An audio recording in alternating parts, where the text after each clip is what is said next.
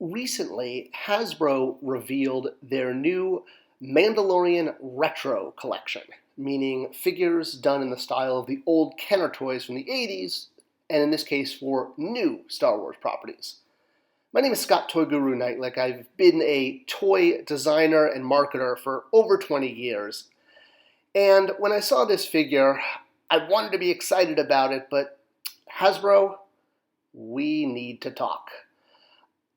I love what you guys are doing with the retro collection. This is something that I, honestly, if I was working at Hasbro versus the time I spent at Mattel and some other toy companies, I would have been pushing for this for years. I think it's a great idea doing updates of vintage figures, as well as not only offering them on the vintage card backs and with all of their accessories, but what's really great is seeing you guys tackling new characters that were never in the vintage line, especially characters from the classic trilogy like Snowspeeder Luke here, or they also did Grand Moff Tarkin previously, also packed in with a game.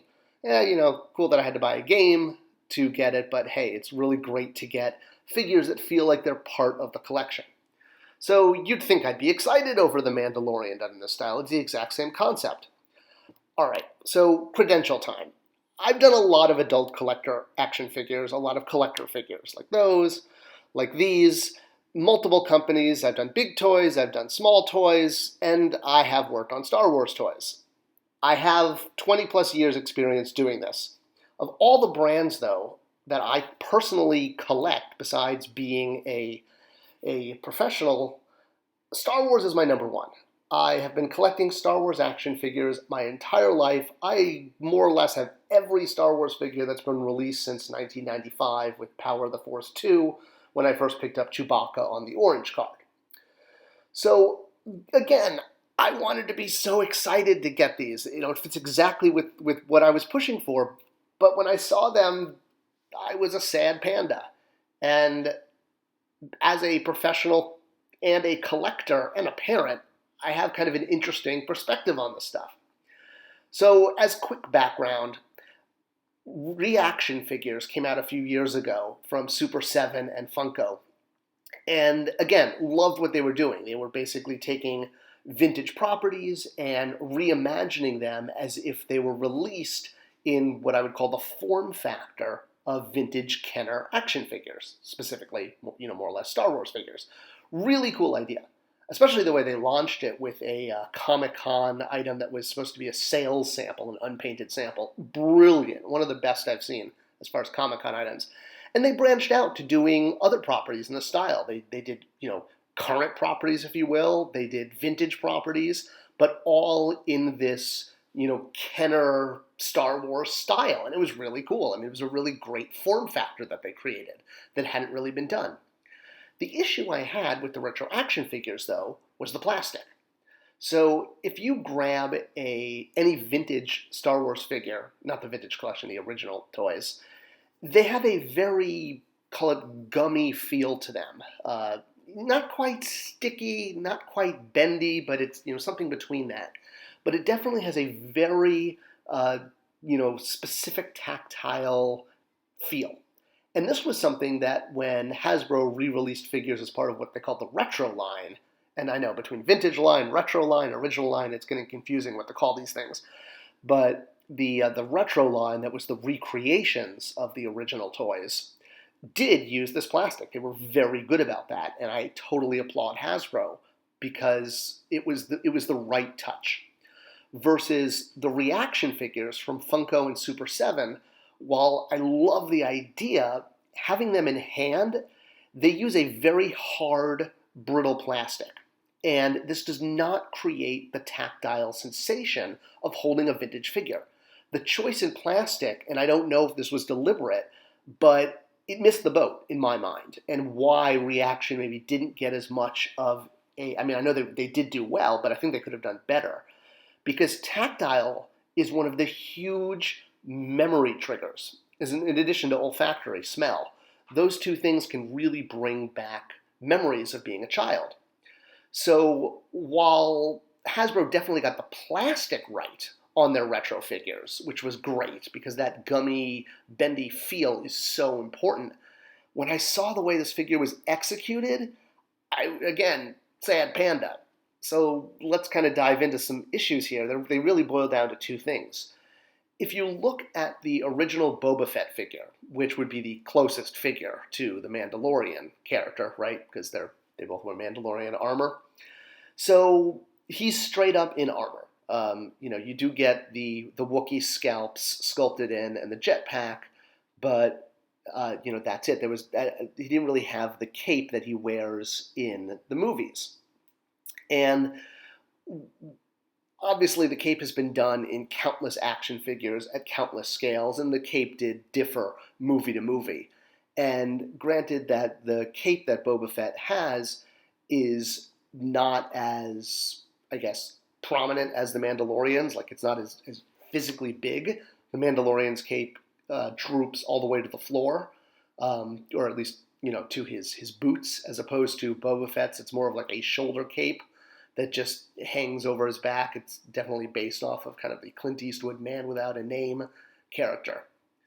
And again, the cape does change between movies, as does a lot of the deco on Boba Fett between Return of the Jedi and Empire Strikes Back.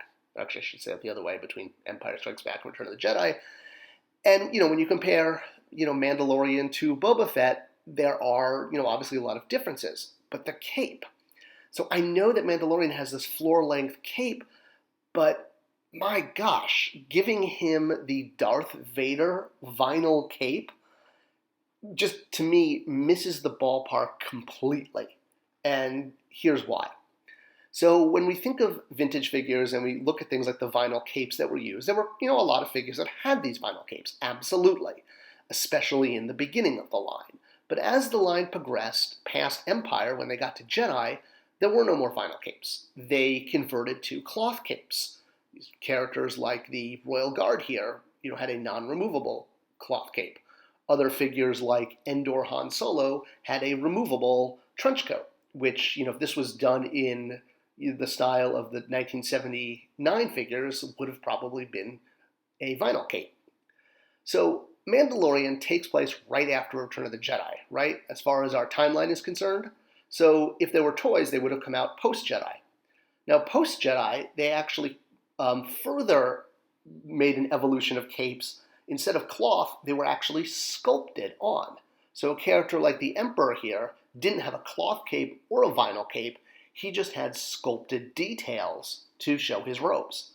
An even better example would be the original Anakin Skywalker, or Anakin Skywalker Spirit, depending on how you interpret it, action figure. This character had sculpted robes, and comparing him to Obi-Wan Kenobi, they're essentially wearing the same thing, right? They're both wearing Jedi robes.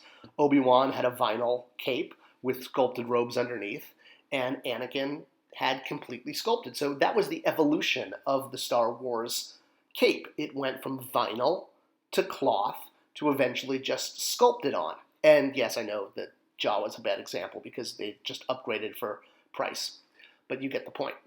So back to Mando here. So the choice they gave Mando basically the cape of the style from the 79 figures, but he would have come out later in the line, if you will, in continuity. The other issue is in Episode 1, Season 1, he has his brown armor, but very quickly he upgrades to the Beskar armor. All through Season 2, he's wearing this armor. So why in the world is the figure wearing armor that he only wears in one episode? It's these little details that are really vital to collectors. And I completely get that sometimes licensors sort of dictate which version of a figure needs to be made. And I get why the very first Mandalorian 6-inch figure was in his, Episode 1, Season 1 armor. But, at this point, I feel like this is not the figure I wanted. And as a freelancer, hey, Hasbro, I'd love to connect with you.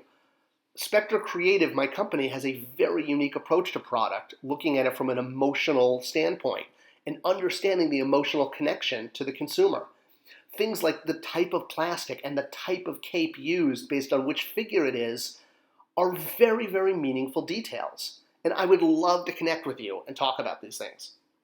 And while I have you on the line, please make a Spot Marvel Legends figure because I really, really want one. it would just be awesome. And I know you've got him sculpted already. Make it happen, Hasbro. All right, thanks for watching, everyone. I hope you enjoyed this video and it had some insightful insights. If you like videos like this, subscribe, give it a thumbs up. It helps share it with others and hopefully shares it with Hasbro. You listening, Hasbro? I want to help. All right, thanks for watching, everybody.